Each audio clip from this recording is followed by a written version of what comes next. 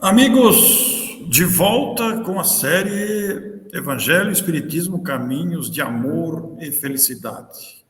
Estudando o livro Roteiro, capítulo a capítulo, com a companhia do nosso querido amigo, educador, palestrante, escritor Marcos de Mário. É uma série disponível para você, apresentada toda quarta-feira, 8 horas da manhã, por 4 canais, e ficando disponíveis em playlist específica, como dissemos aí, com a série Evangelho e Espiritismo, Caminhos de Amor e Felicidade, estudando o livro Roteiro, psicografia de Chico, autoria do notável e sábio Emmanuel. Marcos de Mário, capítulo 33 hoje. Verdade, estamos na reta final, né, do estudo do livro Roteiro, já que ele possui 40 capítulos, e o título desse capítulo pode nos enganar. Assim, mas o Emmanuel está falando, querido, que nós temos que ser individualistas? Será que é isso? Nós, espíritos, que falamos de colaboração, cooperação, solidariedade. Calma, que não é bem esse trajeto do nosso Emmanuel que nós vamos conhecer a partir de agora. Pois é, meu caro Marcos, eu fiquei com a mesma sensação quando li o nome do título. Eu esperava encontrar outro texto. E a gente vai se deparando com o texto e realmente, se a gente for situar-se nas aparências, a gente se engana realmente, Marcos. Você tem razão nessa observação inicial, porque o título sugere aí um egoísmo, mas não é bem isso que eu estou dizendo, não, hein? Não, muito pelo contrário, na verdade. Mas o Emmanuel está abordando aqui uma questão que nós nunca podemos esquecer, que somos individualidades. E essa individualidade não pode se perder mesmo no coletivo. E, na verdade, esse é o viés que ele vai abordar à luz da doutrina espírita. Isso, Marcos. Vou deixar para você aí a leitura da primeira postagem, iniciando esse capítulo. Nós estamos hoje no episódio 34, capítulo 33. Como disse o Marcos, são 40 capítulos, ainda restam alguns capítulos finais, mas é com alegria que vamos comentar esse capítulo. Marcos, aí está o primeiro trecho destacado do capítulo. Pois é, e esse é justamente o início do texto do nosso Emmanuel, é o primeiro parágrafo, onde ele diz: em contato com os ideais da revelação nova, o homem, sentindo dilatar-se-lhe naturalmente a visão, começa a perceber com mais amplitude os problemas que o cercam. Aguça-lhe a sensibilidade, intensifica-se-lhe o coração em profundo estuário espiritual. Bem, Emmanuel, quando fala da revelação nova, está se referindo ao Espiritismo, que à época de Kardec também era chamada de nova revelação. E o Emmanuel tem razão, Orson, porque eu estava lembrando aqui, ao ler a minha juventude, em contato com o Espiritismo, e como eu fiquei tocado com as situações sociais de pauperismo, de miséria, pobreza, e essa questão de sermos almas imortais. Isso sempre mexeu muito comigo, principalmente na juventude, naquela minha formação com a doutrina espírita. E o que acontece então? A sua visão se dilata. Eu lembro, certa vez, na Mocidade Espírita, que nós íamos estudar, se não me engano, foi o livro, era o livro Céu e Inferno ou era o A Gênese, agora não me recordo muito bem, mas eu empolgado com aquelas palavras de Kardec, e eu falava com o grupo, né, olha só, com essa visão, como é que nós vamos entender agora, né, o que nós temos que fazer, né? E realmente, o Espiritismo alarga os nossos horizontes, aprofunda, porque aí nós nos deparamos com essa questão que somos almas imortais, que a vida vai continuar depois da morte, e que os avanços morais aqui da humanidade dependem do nosso avanço moral individual. Então você passa a ter realmente uma outra visão da vida e você fica também mais sensível ao outro, porque a isso que o espiritismo bem estudado, bem compreendido, vai nos levar. E eu acredito que você também tenha passado isso, né, ao ter contato com o espiritismo. Olha, Marcos, eu não só senti isso, como continuo sentindo, viu? Porque diante da grandeza do Espiritismo e diante dos problemas que nos cercam, a gente se sente muitas vezes impotente no encaminhamento dos desafios, das dificuldades, dos problemas que aí estão a desafiar a nossa capacidade até de raciocínio. Eu, em muitas ocasiões, me vejo assim completamente impotente, rapaz, apesar do tesouro doutrinário que está à nossa disposição, porque, como o Emmanuel destaca, e você falou muito bem no início aí, o conhecimento espírita, o contato com a revelação espírita amplia a nossa visão. A gente começa a enxergar dilatadas as possibilidades, dilatados os desafios, porque você começa a ver uma sequência de providências necessárias para debelar determinadas situações e, ao mesmo tempo, você se depara com as dificuldades próprias da nossa condição humana. Nem sempre temos serenidade para lidar com as questões, nem sempre temos essa sensibilidade que vai gradativamente se ampliando também. É muito interessante isso, Marcos, porque parece dois extremos. Você sente ampliar-se a sua capacidade de análise, de visão, e sente a sensibilidade, você se torna mais emotivo. Eu também vivi essa questão que você vive, eu vivo ainda, porque nem tudo a gente consegue dimensionar com a devida gravidade que se cerca. Então, Marcos, é um desafio enorme, mas é verdade, sem dúvida, que a nossa capacidade de análise e a sensibilidade aumenta muito mesmo. Sem dúvida. E claro que nós, individualmente falando, nós ainda somos falhos, somos imperfeitos, mesmo com a doutrina espírita, nós erramos de vez em quando, né? Não conseguimos acertar exatamente as coisas, mas a própria doutrina nos impulsiona sempre para frente, né? Para nós não estacionarmos, não ficarmos, como, aliás, diz aí o José Raul Teixeira, esse nosso querido médium, né? Você não ficar batendo no peito e gritando, a culpa é minha, a culpa é minha. Não, você falhou, ok. Você ainda está na caminhada evolutiva, mas pede desculpa, pede perdão, tenta se acertar novamente e segue em frente. E é interessante que, na minha trajetória espírita, de tempos em tempos, eu tenho pessoas que me acompanham, que estão nos estudos, e que são pessoas perguntadeiras. Isso é muito interessante. Não? Aqui, revisando mentalmente, hoje, por exemplo, tem uma companheira aqui do nosso grupo de estudo, mas ela adora, ela estuda muito, né? Então ela adora perguntar tudo, ela avança pela história, é isso, é aquilo. Como isso faz bem? Porque você é obrigado a estudar mais ainda, a tentar entender mais ainda, chegar a consensos, e isso vai ampliando, inclusive, as explicações que você tem sobre os fatos da vida, as circunstâncias que às vezes realmente nos chocam. Não resta nenhuma dúvida, porque o espírita se torna cada vez mais sensível, né? Mais sensibilizado para as coisas que acontecem com os seres humanos. Mas a nossa visão está para frente, né? Nós estamos olhando para frente e vendo que existe, sim, um caminho para corrigir os desvãos aqui da sociedade humana e que esse caminho se faz com a educação. Mas o Espiritismo é muito claro dizer, mas não pense lá na escola, não. Não é para pensar na escola. Também não é para pensar simplesmente na família. Primeiro é para pensar em você. Porque a educação tem que começar com você. É você que tem que se corrigir, é você que tem que se aperfeiçoar. Se você não se educa, é muito difícil você educar os outros. Aí a abordagem do Emmanuel, quer dizer, ele está falando para cada um de nós. Olha, não é uma questão não de ser individualista, egoísta, isso é uma coisa. Mas você se trabalhar enquanto indivíduo único, criado por Deus, para mais rapidamente chegar à perfeição, isso já é outra coisa, e é justamente o que o Espiritismo trabalha conosco.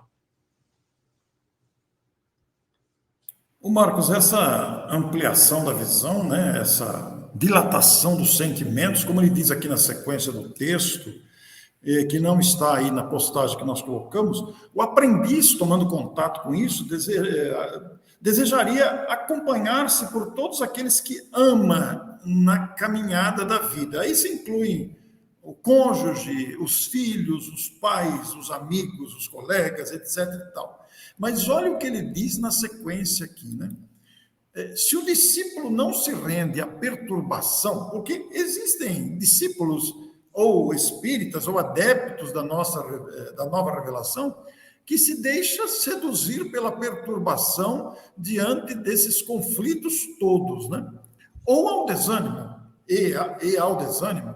Se o discípulo não se rende a essa sedução da perturbação e ao desânimo, gradativamente começa a compreender que está sozinho em si mesmo para aprender e ajudar, entendendo outros sim, que na boa vontade e no sacrifício adquire valores eternos para si próprio.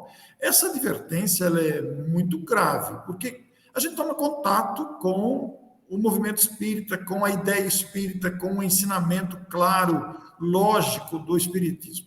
Amplia-se, como estamos dizendo desde o começo aqui, as nossas possibilidades de análise, amplia a nossa sensibilidade, começamos a compreender os problemas e desafios à nossa volta, somos convocados a contribuir no atenuar e na possível solução dos desafios, mas nem sempre somos compreendidos, Marcos, nem sempre somos entendidos nesse propósito, nem sempre somos acompanhados. Aí nós corremos o risco de nos rendermos à perturbação e ao desânimo, que são outros dois perigos. Mas se a gente não se rende, a gente começa a compreender que estamos nós conosco mesmos. Temos que desenvolver essa capacidade individualmente. Aí entra o individualismo que você colocou tão bem no começo da nossa conversa. É isso aí, Orson. É claro que nós gostaríamos que os nossos entes queridos, nossos amigos mais chegados, logo nos compreendessem e até seguissem também o nosso caminho, o nosso entendimento com o Espiritismo. Mas somos individualidades, cada um está no seu tempo evolutivo, cada um vai realizando o seu progresso intelectual, moral, espiritual, e nós precisamos respeitar isso. E é fato que, às vezes, ficamos isolados, ficamos sozinhos. Claro que nessa situação corremos um risco muito grande de nos abatermos, né? Nos deixarmos levar pelo desânimo e deixarmos que a perturbação do meio acabe nos atingindo. Mas o espírita também compreende que ele está numa situação evolutiva em que tem que lutar consigo mesmo. Quer dizer, eu comigo. E se eu quero vencer, eu tenho que seguir Jesus. Eu tenho que seguir essa informação da alma imortal, da reencarnação e assim por diante, mesmo que seja contra tudo e contra todos. Obviamente, com fraternidade, com amor. Ou seja, eu tenho que continuar a construir o meu caminho a partir do momento que encontrei a verdade e que isso me faz bem e não prejudica a ninguém. Então, mas não é fácil, realmente. Quantas pessoas que não se queixam, né, que, mas eu não tenho apoio lá em casa, nem o evangelho no lar eu posso fazer, isso, aquilo, e muitas pessoas abandonam, começam a abandonar o centro espírita e depois abandonam até a doutrina. Mas nós não podemos nos deixar desanimar, nem perturbar por causa desses percalços, que na verdade são naturais. Nós estamos num mundo em que o egoísmo ainda predomina, né, em que as pessoas não têm um entendimento espiritual ainda maior. Então, nós vamos ser realmente como sirineus, né, sozinhos para carregar a cruz. Mas não estamos sozinhos, na verdade, porque os nossos amigos espirituais, nosso anjo da guarda, todos estão conosco. Sim, eles são invisíveis, é verdade, mas estão nos auxiliando, estão reforçando a nossa fé. E é justamente com o nosso exemplo que nós vamos mover as montanhas. Nós podemos imaginar na história do cristianismo, na história do evangelho, se Paulo de Tarso tivesse desistido da obra logo quando ele volta para Tarso para conversar com o pai, achando que o pai iria pelo menos lhe dar algum apoio, e o pai fecha a porta na cara dele, né? Põe ele para fora, diz que ele está louco. É mesmo se ele desiste ali, mas ele falou, não, tudo bem, é um percalço, é uma pedra no caminho. mas eu estou sendo testado, porque a vida não é fácil. E ele persevera até o fim. Então, é seguir esse exemplo de Paulo de Tarso, porque nós também temos que perseverar até o fim. Marcos, as suas observações, elas são preciosas. Nessa linha de raciocínio, este capítulo traz um parágrafo muito especial que não está na nossa seleção de postagem aqui na tela, que vem logo em seguida, e indicando justamente este caminho que você caminhou aí, que você percorreu nesse seu comentário. E Emmanuel diz o seguinte: quanto mais cede em favor de todos, mais é compensado pela lei divina, que o enriquece de força e alegria no grande silêncio. Que coisa linda você ler um texto desse. Então, na marcha diária, chega à conclusão de que o individualismo ajustado aos princípios inelutáveis do bem é a base do engrandecimento da coletividade. Reconhece que o espírito foi criado para viver em comunhão com os semelhantes. E por aí ele continua o seu raciocínio, valorizando essa convivência. Mas é muito interessante pensar, e nós queremos destacar esse ponto, que quanto mais a gente cede em favor da harmonia, da solidariedade, do apoio mútuo, mais somos reforçados em energia, possibilidades positivas e meios e circunstâncias favoráveis para o desenvolvimento que almejamos, alvo aqui da nossa conversa, Marcos. Isso me enche de alegria ler isso. Sem dúvida, Orson. Todos nós já tivemos, né, essas circunstâncias, esses momentos de ter que abrir mão, né, ter que renunciar. Já passei por isso algumas vezes, né, em que você, para o bem do grupo, você abre mão, até da tarefa. Tudo bem, ok, tá? O grupo não tem a mesma ideia minha, o grupo não quer trilhar o caminho do mesmo jeito que eu gostaria de trilhar, mas pelo bem do grupo, ok, eu recuo. Pelo bem do grupo, eu renuncio. E eu sempre digo assim, bom, fechou uma porta, a Deus vai abrir outras. E quando outra porta se abre, porque você continua no trabalho, você entra no novo trabalho realmente mais reforçado. Você ganhou experiência, os bons espíritos estão lhe apoiando, e as coisas vão vir naturalmente. Tem que ter paciência, obviamente, porque tudo vai acontecer com o tempo. Não é, não, amanhã já tem 10 abrindo portas para você. Não, o mundo não é assim. As coisas não acontecem dessa maneira. Mas é muito importante que o Emmanuel coloca, porque aí você está saindo do seu individualismo egoísta.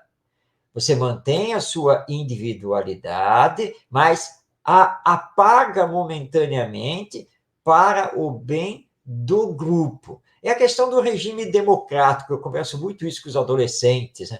Meu filho, olha só, se nós aqui discutimos, tá, o assunto de todas as formas possíveis, na sequência tivemos que fazer uma escolha, e a escolha da maioria foi X, você não pode ficar aqui batendo na tecla de Y e atrapalhando o grupo. Você faz parte do grupo. A sua ideia foi vencida, o seu querer foi vencido. Então, agora você se apaga, tanto quanto, para colaborar com o grupo. Agora, isso não é possível. Você não consegue fazer isso? Ok, nós compreendemos. Se você quiser sair do grupo, você sai. Enfim, mas não atrapalhe.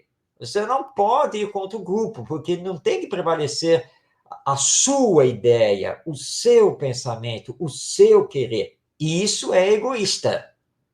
Não, agora o que tem que prevalecer é o que o grupo decidiu. Bom, se lá na frente não deu certo, ok, todo mundo senta, vai se rediscutir, vai se redefinir, mas você está fazendo parte do grupo. Ah, então se lá na frente decidirem que o melhor caminho era aquele que você tinha pensado, tudo bem, você não tem aqui que cantar vantagens. Né? Porque nós, tá vendo? Eu não tinha dito, agora, né, finalmente resolveram acatar minha ideia, minha sugestão. Não, aí é a hora de mostrar a humildade. Mostrar a humildade, tudo bem. Ok, então agora vamos por aqui, então vamos, aqui estou eu para cooperar, para colaborar. Então é isso que nós temos que fazer. Então você sai do individualismo egoísta para ir para o individualismo que vamos chamar aqui de fraterno, de cooperador. Então, é esse movimento que nós temos que fazer. Muito bom, Marcos. Essa é a essência do capítulo. É esse o objetivo deste tema trazido por Emmanuel aqui no livro Roteiro. E ele vai dizer ainda, justamente em função dos comentários do nosso Marcos, valorizando a essência aí do que pretendeu o Espírito com o capítulo individualismo. Ninguém vive só, mas chega sempre um momento para a alma em que é imprescindível saber lutar em solidão para viver bem. Esforço e melhoria da unidade para o progresso e sublimação do todo. É uma lei. Marcos, a gente nota que isso nem sempre é lembrado, valorizado, nem sempre respeitado, né? Esse saber lutar em solidão, às vezes é uma luta interior para vencer o que você acabou de dizer aí, aquele desejo de que a nossa ideia seja a principal, seja utilizada, seja valorizada, para não nos deixarmos levar pelo melindre, etc. Olha aí o Emmanuel com clareza trazendo para nós. E a luta íntima, às vezes, não é dolorosa, ela não é fácil. Eu tive depoimento de uma pessoa que compareceu ao Centro Espírita, tivemos a oportunidade de conversar, e ela disse assim, mais ou menos para mim, né, disse assim, olha, você pode imaginar todas as aberrações da sexualidade possíveis? Eu trilhei esse caminho, tá? Trilhei esse caminho. Até que eu tive encontro com uma outra pessoa que também era espírita, e essa pessoa me abriu a visão, assim, da vida e eu me agarrei à doutrina. Mas ao me agarrar à doutrina, eu tive que lutar comigo mesmo, as minhas tendências, minhas sensações, e tive que romper com tudo aquilo que eu fazia na vida, e com aqueles que eu considerava que eram amigos. Eu tive que romper com tudo, porque se eu não saísse daquela zona em que eu vivia, eu não ia conseguir. Bom, e o que aconteceu comigo? Fiquei sozinho, totalmente isolado, e tendo que demonstrar às pessoas e aos novos amigos que eu não era mais aquele. E é uma luta terrível, diária, ali sozinho, tendo que controlar meus impulsos. E ele fez todo um depoimento, até dramático, realmente, e como ele agradecia pelo Centro Espírita ter aberto as portas para ele, tê-lo recebido, e com isso ele tinha todo um apoio fraterno para seguir em frente. É a luta íntima, que o outro não pode fazer por você, não tem jeito, porque é com você contra as suas tendências. É você tendo que combater as más tendências que você ainda possui para fazer desenvolver, desabrochar as virtudes. Daí a colocação do Emmanuel. É trabalho consigo mesmo. Ele é individual, ele é íntimo, intransferível, mas é uma boa luta.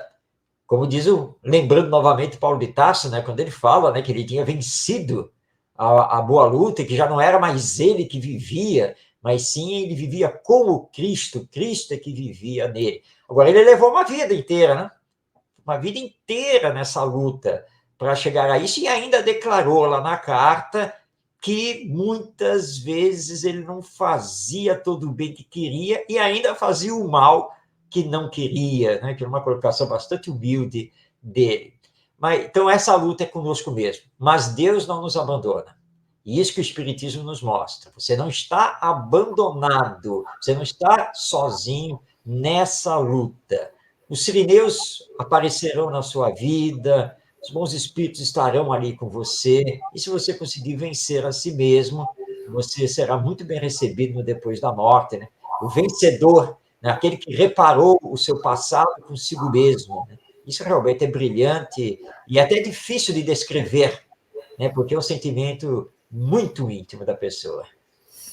Excelente, Marcos. Na sequência, antes de postarmos aqui a última seleção do capítulo, Emmanuel faz uma relação sintética, geral, a gente compreende o objetivo dele, das conquistas humanas, relacionando os esforços de vários personagens. Ele cita Thomas Edison, cita Newton e cita vários vários exemplos de esforços continuados para as conquistas que beneficiaram a humanidade, falando desse trabalho individual de perseverança, de pesquisa. E vai dizer também, numa linguagem muito bonita, que cada flor irradia perfume próprio, característico. Cada estrela possui brilho próprio. E aqui a frase máxima dessa questão do individualismo, né? Cada um de nós é portador de determinada missão. Eu achei linda esta conclusão, essa afirmação, porque todos nós somos portadores de determinadas missões. Todo trabalho, toda dedicação pode significar uma missão. Deixo para você aí, Marcos, utilizar-se da última frase que nós selecionamos para postar hoje aos nossos telespectadores. Muito bem, é o Emmanuel encerrando aqui o seu capítulo 33 sobre o individualismo. Então, ele está aqui nos falando: o Espiritismo, confirmando o Evangelho, vem amparar os homens e convidar o homem a aprimorar-se e engrandecer-se, consoante a sabedoria da lei que determina a cada um segundo as suas obras.